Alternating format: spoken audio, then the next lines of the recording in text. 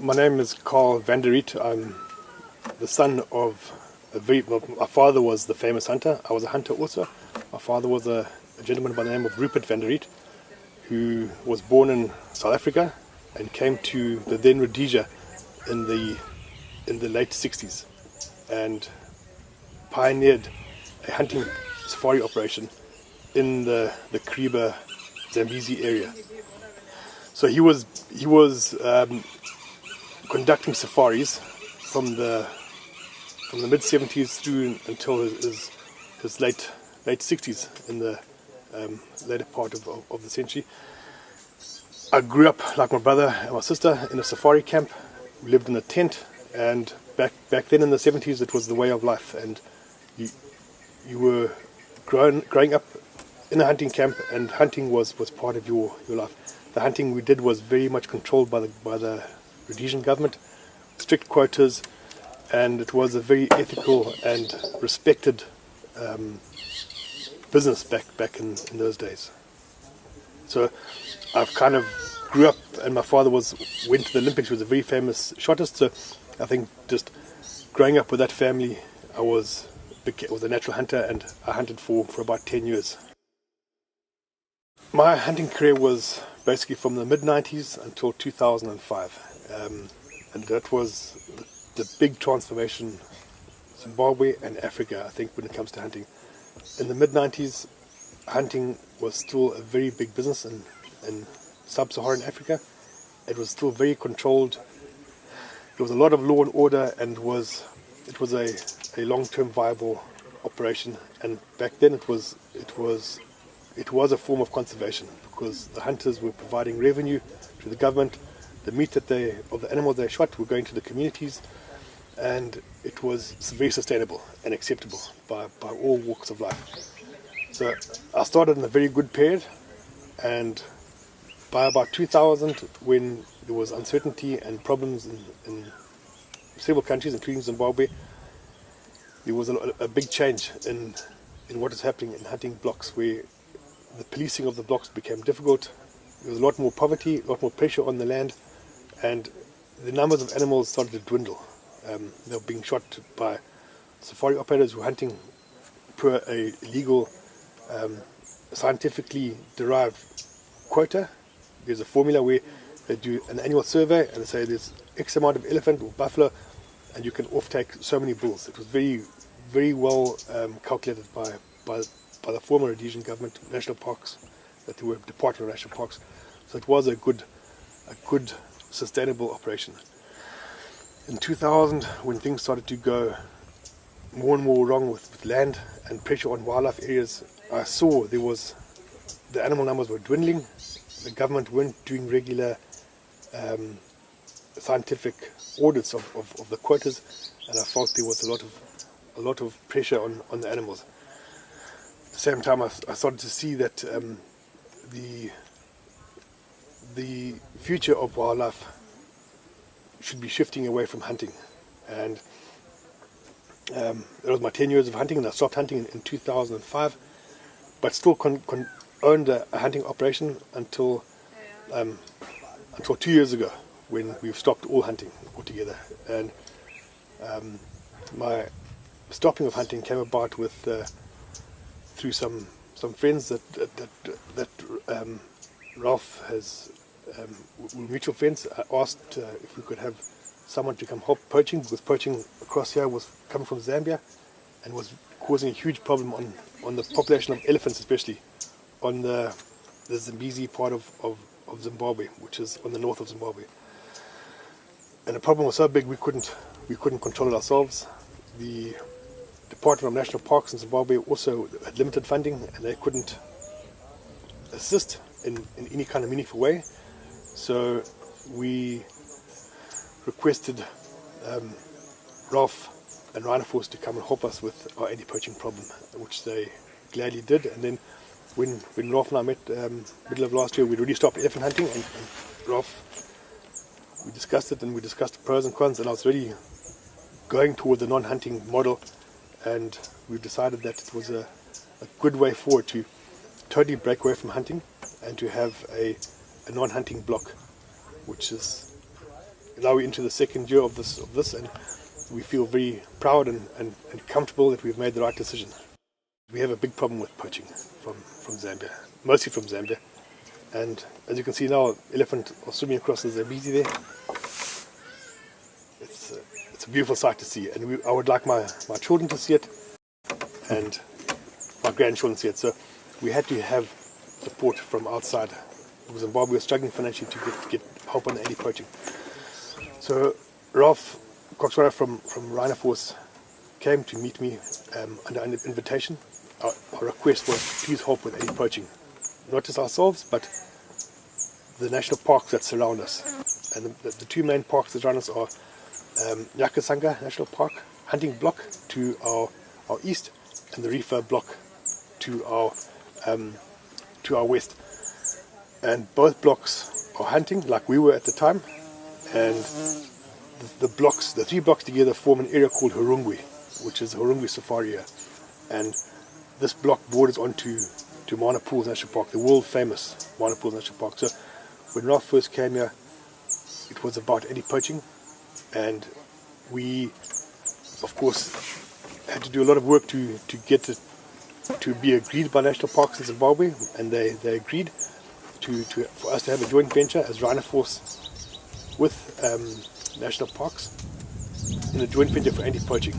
And the project has come a huge way in a short period of time, and whilst we were developing the anti-poaching project, it became very apparent that the Zambezi Valley was missing a key element, and that was the black rhino. It's one of the big five animals. As you know, the big five are elephant, buffalo, lion, leopard, and rhino.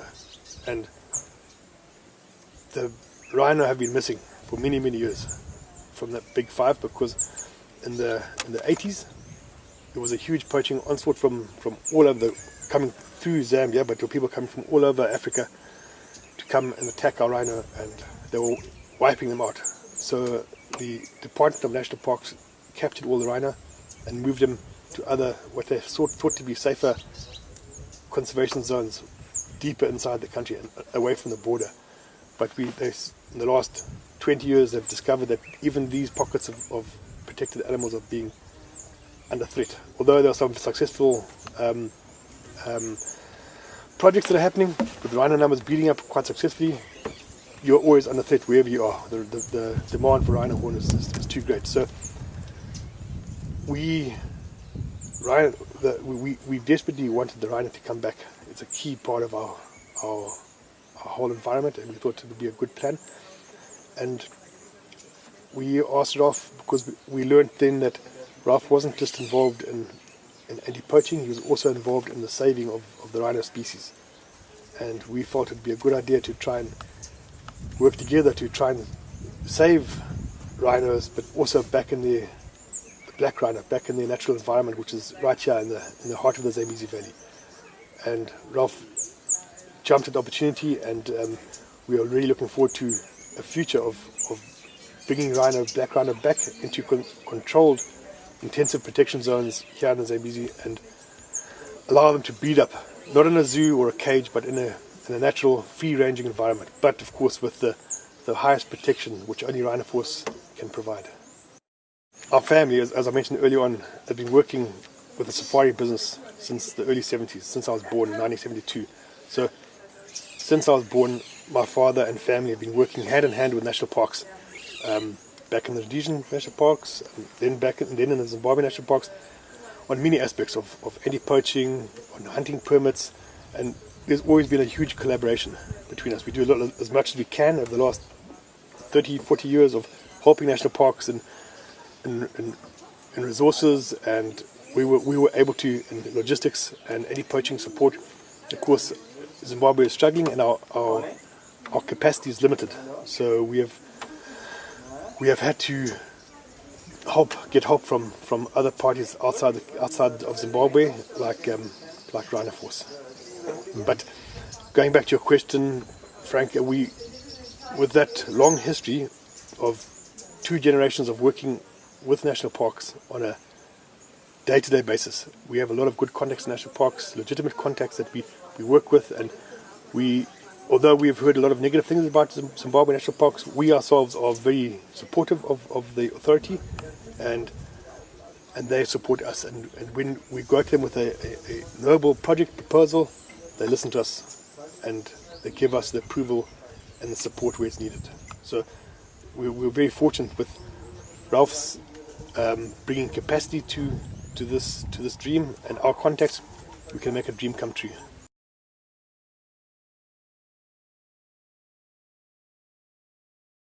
They've given us full reign working. Of course, we work with national parks on a joint venture, and we work all the way from minor pools, inclusive minor pools, to Kariba. And that's we're not limited to that either, but we have to limit ourselves to what we're capable of doing at the moment and not put ourselves too thin, because Zimbabwe is a massive country and we have a huge percentage of the country under national parks. So it's as much as 1/3 of the country. So we wouldn't be able to cover the support for the 1/3 of the whole country.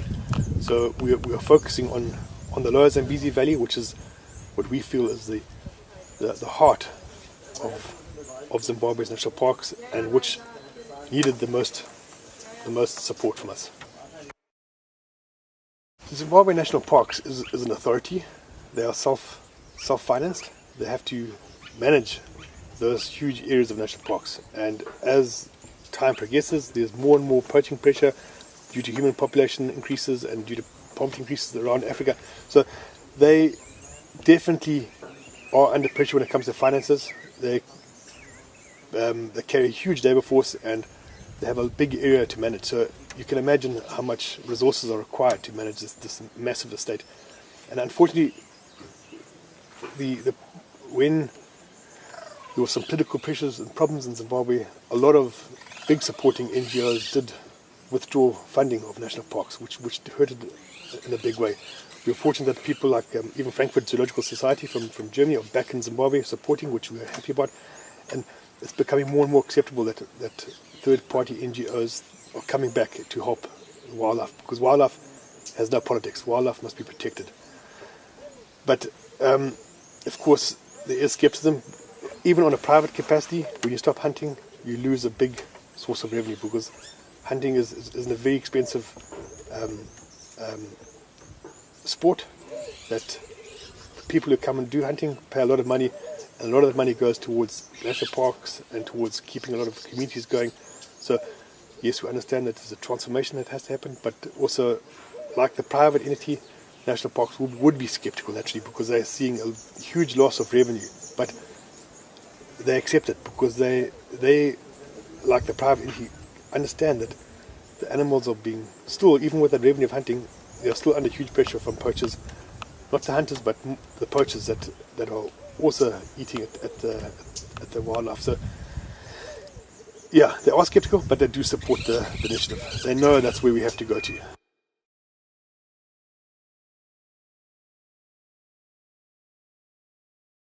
You know, we are not doing the rhino project for the harvesting of horn like they do in South Africa.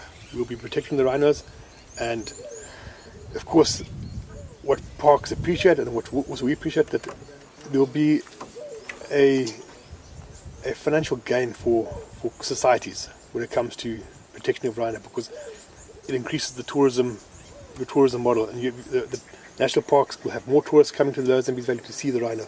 So it's not about harvesting the horn, and the horn we hope will stay on the rhino, but the rhino without a horn is like a king without a crown. You know, the rhino needs a horn. It's part of their whole social structure. It's a very important part of them. So I feel that having the rhino back in the Lower Zambesi Valley is going to improve the whole attraction to the Lower Zambesi Valley to the whole outside world.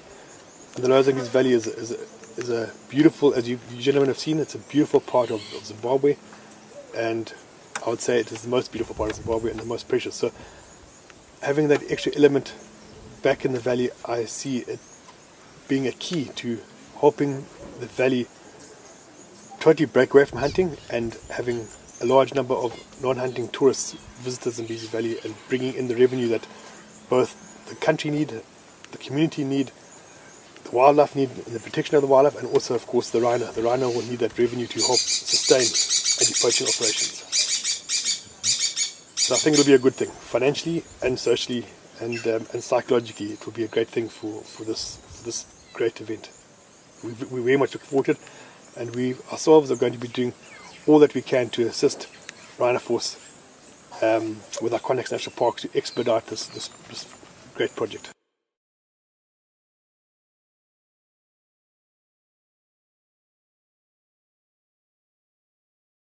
We are linked to minor pools.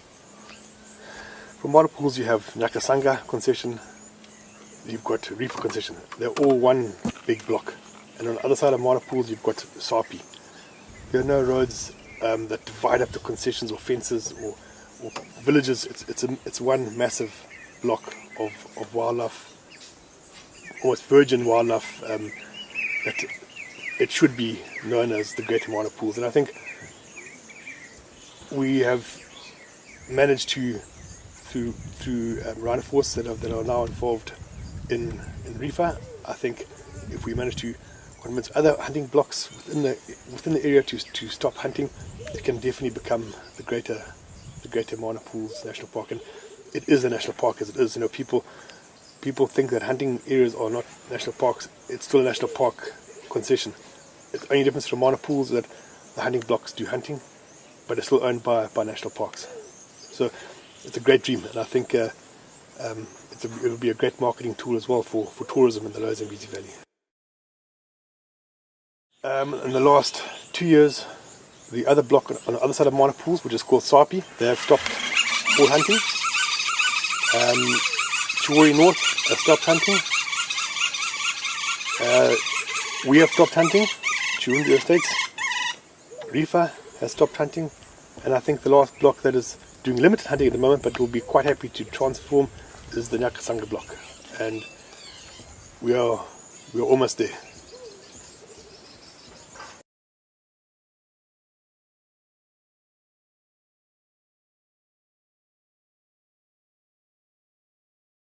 In fact, there are much more larger owners on the Zambian side than on the Zimbabwean side.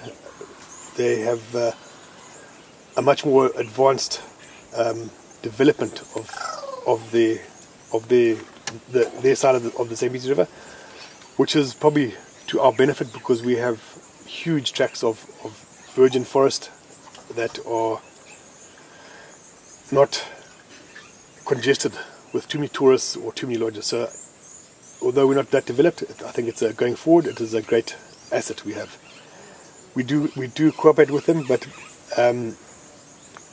it's only recently in the last year that we have really started to have joint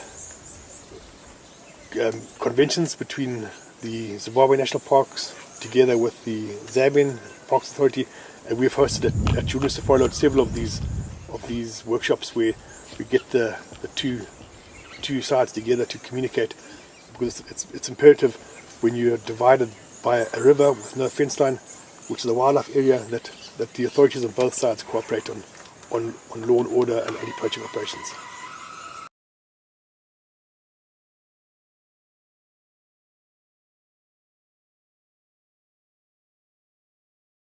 Yeah, I think it's a inevitable progression that blocks that were hunting transform eventually into non-hunting blocks. Society has changed. The whole appreciation of a hunting safari is much more acceptable, as we all know, to go on a photo safari than a hunting safari. So I think the workers and the communities appreciate that. They of course there's no more meat that's coming from the dead animals, but with photo safari you have a lot higher turnover of numbers of clients, and numbers of clients is important to the people who work in the industry, the staff, because they see it being much more progressive, and they get a lot more revenue from it, from tips and much more working days. So they accept it and they actually welcome it. And I think also the operators also welcome, because a big block like Reefer, as an example, which is a massive area, it's over 100,000 hectares.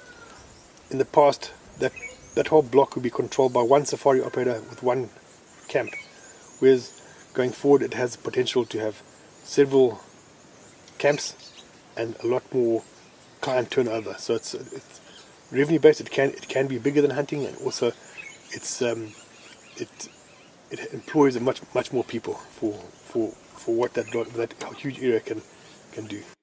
Also I think psychologically, when you have a block that is protecting the animals, it is easier to convince the surrounding communities, guys, don't kill the animals, these animals are an asset alive, versus driving around with a dead animal in the back of your pickup and saying, don't go and kill that animal. So psychologically, I think it makes any poaching, the winning of hearts and minds in the surrounding communities much more easier. But people are hungry, and you have to have in place other ways of helping those communities, not just telling them what's right and what's wrong. They need to benefit and have food on their plate as well. So it's a lot. It's a very in-depth operation, not just standing around with a gun protecting a rhino. It's winning hearts and minds and making sure communities benefit from this development.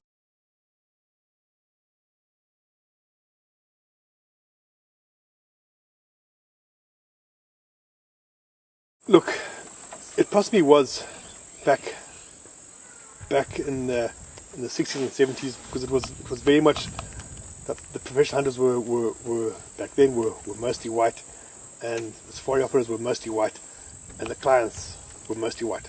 That said, there was still a lot of revenue was coming back to the communities, regardless, and to the governments.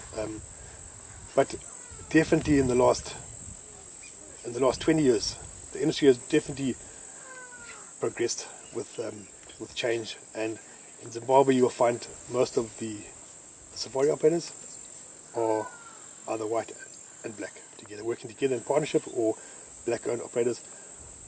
You probably find right now there's as many black professional hunters as there are white. So it's no longer a racial divide when it comes to safari operation.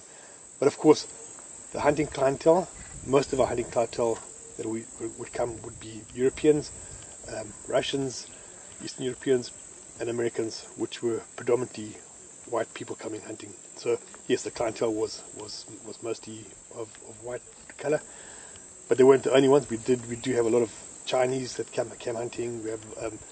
We used to have a fair amount of wealthy black Americans. It wasn't always only white, but it was mostly white colored people.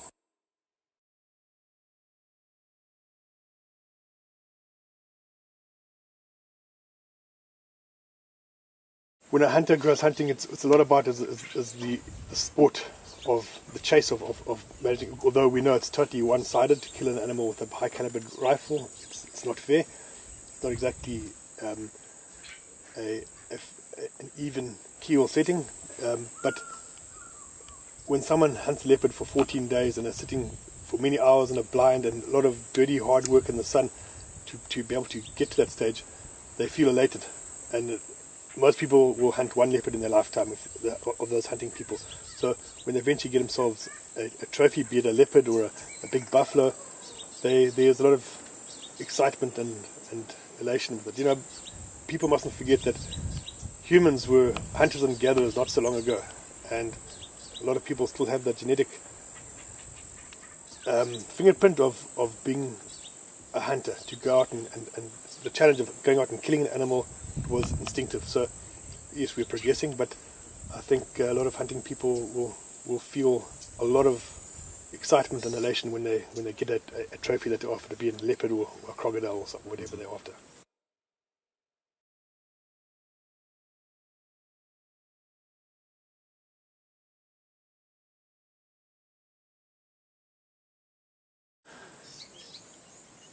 He didn't answer because he's passed away 8 years ago. Oh, sorry, I didn't know that. I'm sorry. But to be honest with you, Frank, it's a good question. My father grew up hunting, and he spent most of his life as a professional hunter, and he was one of the most honourable, dedicated professional hunters in Zimbabwe, and he is very well known to this day amongst hunting families and fraternities around the world. It's a very good reputation. And in his era, hunting was the norm and an acceptable practice. But in the later years, after he retired, he became much more of a conservationist, and he stopped hunting. And he once told me that he much prefers to see an animal alive than to be dead. He actually started to really soften up, to say. And I really believe, even though he spent his whole life as a professional hunter, a very famous one, that right now he is smiling upon us that we have done the right thing.